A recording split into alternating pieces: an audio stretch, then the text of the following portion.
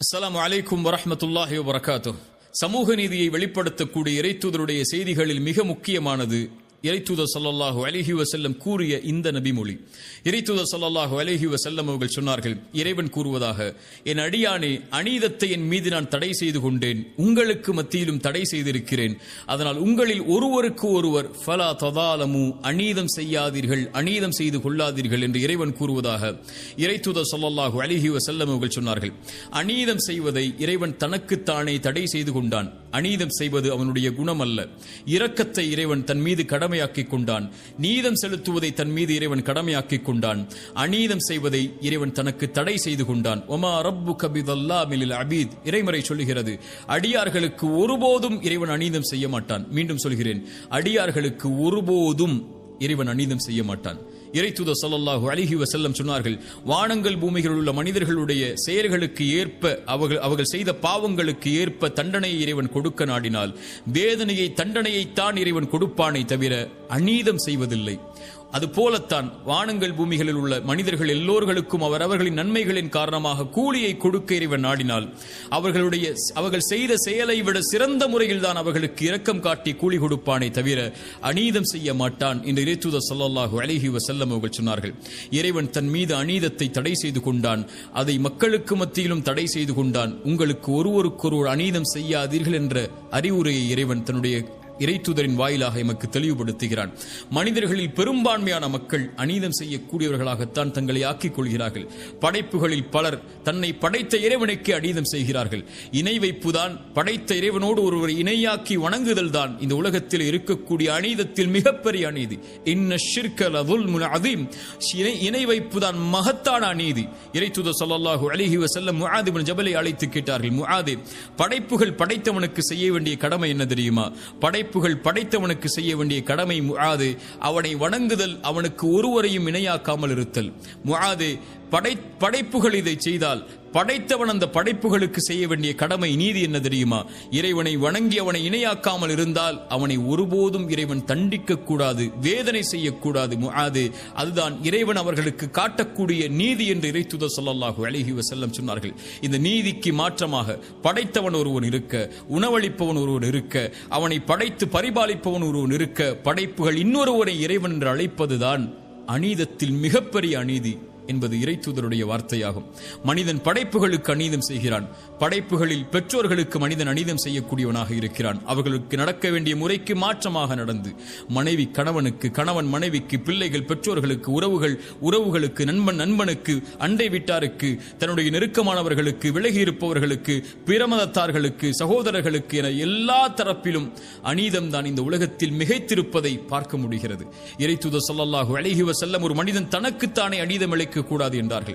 இறைத்தூதரிடத்திலே பலர் வந்து முறையிட்டார்கள், இறைத்தூதரை, ஒருவர் இரவு முழுக்க வணங்குகிறார், உறங்கவில்லை. ஒருவர் திருமணம் செய்யாமல் தன்னுடைய வாழ்க்கை முழுவதையும் வணக்க வழிபாட்டில் கழித்துக் கொண்டிருக்கிறார். ஒருவர் நோன்பை நோற்றுக் கொண்டு இருக்கிறார், பசித்து அவர் உணவை உண்ணாமல். இறைத்தூதர் ஸல்லல்லாஹு அலைஹி வஸல்லம் அவர்கள் எல்லோர்களையும் அழைத்து சொன்னார்கள், அநீதம் செய்யாதீர்கள், நேர்மையை நிலைநாட்டுங்கள், நீதியை நிலைநாட்டுங்கள். உங்கள் கண்களுக்கு செய்ய வேண்டிய கடமை இருக்கிறது, உங்கள் உடலுடைய கடமை இருக்கிறது. நான் உங்களில் இறைவனை அதிகமாக பயப்படக்கூடியவன், நானே திருமணம் செய்கிறேன், நானே நோன்பை நோக்கிறேன், வருகிறேன், நானே உபரியான கடமைகளை நிறைவேற்றுகிறேன், விடுகிறேன். நான் உங்களை விட இறைவனை பயப்படக்கூடிய நானே நீதியில் நடக்கும் போது நீங்கள் எப்படி அநீதம் செய்யலாம் என்று இறைத்தூதர் ஸல்லல்லாஹு அலைஹி வஸல்லம் அவர்கள் சொன்னார்கள்.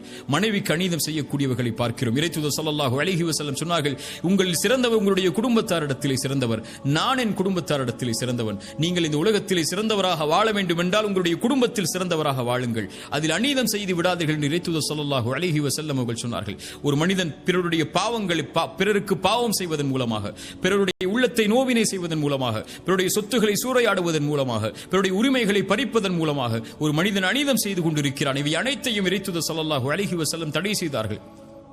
இறைத்தூதர் ஸல்லல்லாஹு அலைஹி வஸல்லம் அவர்கள் சொன்னார்கள், முஆத் இப்னு ஜபலை யமன் தேசத்திற்கு அனுப்பும் போது மிக முக்கியமான செய்தி, இத்தகி தஅவத்தல் மதுலூம், முஆத், அநீதம் செய்யப்பட்டவனுடைய பிரார்த்தனையை பயந்து கொள். ஒருவன் அநீதம் செய்யப்பட்டிருக்கிறான் என்றால் அவன் இறைவனை அழைத்தால் இறைவா என்ற ஒரு வார்த்தை போதும். அவனுக்கும் இறைவனுக்கும் இடையில் எந்த ஒரு திரையும் கிடையாது. அவன் கேட்டால் இறைவன் கொடுப்பான். அநீதம் செய்யப்பட்டவன் கரத்தை ஏந்தி விட்டால் போதும், அவ்வளவுதான். அநீதம் செய்தவன் அழிந்து விடுவான். இறைத்தூதர் ஸல்லல்லாஹு அலைஹி வஸல்லம் சொன்னார்கள், அநீதம் செய்பவனுக்கு இறைவன் அவகாசத்தை அளித்துக் கொண்டு இருப்பான். அவனை பிடிக்க நாடினால் அநீதம் செய்தவனை தண்டிக்க நாடினால் அவ்வளவுதான். தண்டனை கொடுக்கும் வரைதான் அவனுக்கு இரக்கம். தண்டனையை கொடுக்க நாடிவிட்டால் உலகத்திலேயே அவ்வளவுதான், அழிந்து விடுவான். இறைவனை விட்டு அவனை தப்பிக்க முடியாது என்று இறைத்தூதர் ஸல்லல்லாஹு அலைஹி வஸல்லம் சொன்னார்கள். இறைத்தூதர் ஸல்லல்லாஹு அலைஹி வஸல்லம் அபிசீனிய நாட்டில் நடந்த ஏதாவது ஆச்சரியப்படுத்தக்கூடிய செய்தி இருந்தால் சொல்லுங்கள் என்று நபித்தோழர்களிடத்தில் கேட்டபோது ஒரு நபித்தோழர் சொன்னார், இறைத்தூதரே, ஒரு வயதான ஒரு பெண்மணி தன்னுடைய தோளில் தண்ணீர் பாத்திரங்களை சுமந்து கொண்டு நடந்து சென்று கொண்டிருந்தாள். அப்போது அங்கிருந்த வாலிபர்கள் அந்த தண்ணீர் பாத்திரத்தை அந்த பெண்ணை இழிவுபடுத்துவதற்காக தட்டிவிட்டு அந்த பெண்ணையும் கீழே தள்ளிவிட்டார்கள். கால் வழிக்கு அந்த பெண் கீழே விழுந்தவள் எழுந்து ஒரு வார்த்தை சொன்னால், இறைத்தூதரே, அது எங்களை ஆச்சரியப்படுத்தியது. என்னை அநீதம் செய்தவனே, நாளை மறுமை என்ற ஒரு நாள் வரும், இறைவன் சிம்மாசனத்தை அமைப்பான். முதலாவவர் முதல் இறுதியான மனிதர் வரை எல்லோரைகளையும் ஒன்று கூட்டுவான். நாவுகள் சீலிடப்பட்டு கரங்கள் தோள்கள் பேசும். அந்த நேரத்தில் இறைவனுக்கு முன்னால் என்னுடைய சிம்மாசனம் இருக்கும் போது உனக்கும் எனக்கும் நடந்த இந்த அநீதி அங்கே பேசப்படும். அப்போது பார்த்துக் கொள்கிறேன் உன்னை என்று சொன்னால் அந்த செய்தி என்னை ஆச்சரியப்படுத்தியது. இறைத்தூதர் சொன்னார்கள், அந்த பெண் உண்மையைத்தான் சொன்னாள். பலமில்லாத அந்த பெண் பலமுள்ள மக்கள் இருக்கும்போது இரக்கம் காட்டப்படாமல் இருக்கும்போது இறைவன் எப்படி அந்த சமூகத்திற்கு இரக்கம் காட்டுவான் என்று இறைத்தூதர் ஸல்லல்லாஹு அலைஹி வஸல்லம் நீதியின் குரலை சொன்னார்கள். இறைத்தூதர் ஸல்லல்லாஹு அலைஹி வஸல்லமுடைய வார்த்தைக்கு பல அறிஞர்கள் விளக்கம் சொன்னார்கள்.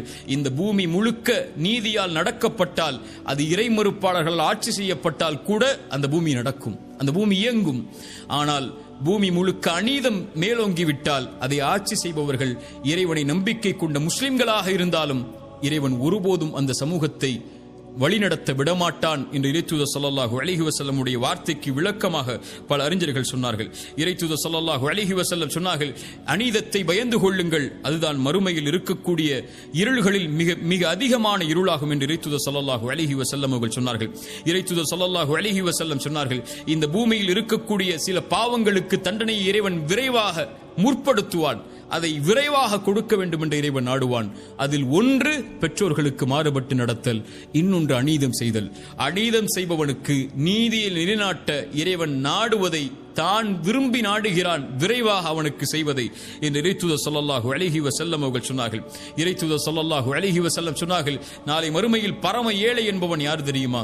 நன்மைகளை சுமந்து வருவான், மூட்டைகளாக மலைகளாக நன்மைகளை சுமந்து வருவான்.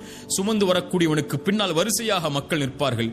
அது ஒருவனுடைய குறையை பற்றி பேசியிருப்பான், ஒரு உரிமையை பறித்திருப்பான், செல்வத்தை சூறையாடி இருப்பான், மனதை காயப்படுத்தி இருப்பான், இப்படி மனிதர்களுக்கு அநீதம் செய்து இருப்பான். அந்த நீதியை நிலைநாட்டுவதற்காக அநீதம் செய்தவனுடைய நன்மைகளை எடுத்து செய்யப்பட்டவர்களுக்கு இறைவன் வழங்குவான். எல்லா நன்மைகளும் வழங்கப்பட்டு எந்த நன்மையும் அவர்களுக்கு கொடுப்பதற்கு இவன் செய்த அந்த செயலுக்கு பகரமாக கொடுப்பதற்கு இல்லாத பட்சத்தில் அவர்களுடைய பாவங்கள் அவர்களுடைய குற்றங்கள் அனைத்தையும் இவன் மேல் சுமத்தி இவனை நரகத்திலே தூக்கி வீசுவான். நன்மைகளை சுமந்து வந்த இவன் அநீதத்தின் காரணமாக இறைவன் நீதி செலுத்துவதால் நரகத்தில் தூக்கி வீசப்படக்கூடிய இவன்தான் பரம ஏழை என்று இறைத்தூதர் ஸல்லல்லாஹு அலைஹி வஸல்லம் அவர்கள் சொன்னார்கள். ஒருவன் அழைத்தால் அந்த அழைப்பிற்கு இறைவன் பதில் கொடுப்பான் என்றால் அது அநீதம் செய்யப்பட்டவன் அழைத்தால் அந்த அழைப்பிற்கு தான் என்று இறைத்தூதர் ஸல்லல்லாஹு அலைஹி வஸல்லம் அவர்கள் சொன்னார்கள். அல்லாஹ்வுடைய தூதர் ஸல்லல்லாஹு அலைஹி வஸல்லம் தங்களுடைய பிரார்த்தனையில் ஒன்றை இணைப்பார்கள், யா அல்லாஹ், அநீதம் நான் செய்வதிலிருந்தும் எனக்கு அநீதம் செய்யப்படுவதிலிருந்தும் என்னை பாதுகாத்து விடு என்று இறைத்தூதர் ஸல்லல்லாஹு அலைஹி வஸல்லம் சொல்லுவார்கள். நீதிக்கு மாற்றமாக நடத்தல் தான் அநீதம். எந்த ஒரு உரிமை ஒருவருக்கு கொடுக்கப்பட வேண்டுமோ அந்த உரிமைக்கு மாற்றமான ஒரு செயலை செய்தல் தான் அநீதம். இந்த அநீதத்தை இறைவன் தடை செய்து விட்டான். இறைத்தூதர் ஸல்லல்லாஹு அலைஹி வஸல்லம் அதனால் தான் சொன்னார்கள், இறைவன் கூறுவதாக, என் அடியார்களே, அன்போடு அழைத்துச் சொல்கிறான், என் அடியார்களே கேட்டுக்கொள்ளுங்கள், அநீதத்தை நான் என் மீது தடை செய்து கொண்டேன், உங்களுக்கு மத்தியிலும் தடை செய்திருக்கிறேன். ஃபலா ததாலமு, உங்களில் ஒருவருக்கு ஒருவர் ஒருபோதும் அநீதம் செய்யாதீர்கள். இறைவன் உங்களுக்கு அநீதம் செய்வதில்லை. ஆனால் நீங்கள் படைப்புகள் உங்களுக்கு எந்த உரிமையும் அநீதம் செய்வதற்கு இல்லாத பட்சத்தில் உங்கள் பெற்றோர்களுக்கு, உங்கள் உறவுகளுக்கு, உங்களுடைய கணவனுக்கு, உங்களுடைய மனைவிக்கு, பிள்ளைகளுக்கு, நண்பர்களுக்கு, உறவுகளுக்கு, அண்டை வீட்டாருக்கு, தெரிந்தவருக்கு, தெரியாதவருக்கு, உங்கள் மதத்தை சார்ந்து வாழ்பவருக்கு, உங்களை மதத்தை சார்ந்து வாழாத எவருக்கும் ஒரு கடுகளவு கூட அநீதம் செய்து விடாதீர்கள். இறைவன் எந்த செயலையும் பொறுத்துக் கொள்வான். ஒரு மனிதனுடைய செயலில், அவனுடைய நன்மைகளில், அவன் செய்யக்கூடிய பாவங்களில் அநீதம் கலந்து விட்டால் எல்லாம் அழிக்கப்பட்டுவிடும். அநீதம் செய்யப்பட்டவன், நான் ஒருவனுக்கு அநீதம் செய்தவன் எனக்கு எதிராக ஒரு பிரார்த்தனையை செய்து விட்டால் அவ்வளவுதான், வாழ்ந்த வாழ்க்கை முழுக்க வீணாகும். இறைத்தூதர் ஸல்லல்லாஹு அலைஹி வஸல்லம் கூறிய இந்த செய்தியை பாடமாக படிப்பனையாக பெற்றுக்கொள்வோம். அடுத்த சமூக நீதியுடைய செய்தியோடு அடுத்த அமர்வில் சந்திப்போம். ஜஸாக்குமுல்லாஹு கைரன். அகூலு கௌலி ஹாதா அஸ்தக்ஃபிருல்லாஹ லீ வலக்கும். அஸ்ஸலாமு அலைக்கும் வரஹ்மத்துல்லாஹி வபரகாத்துஹு.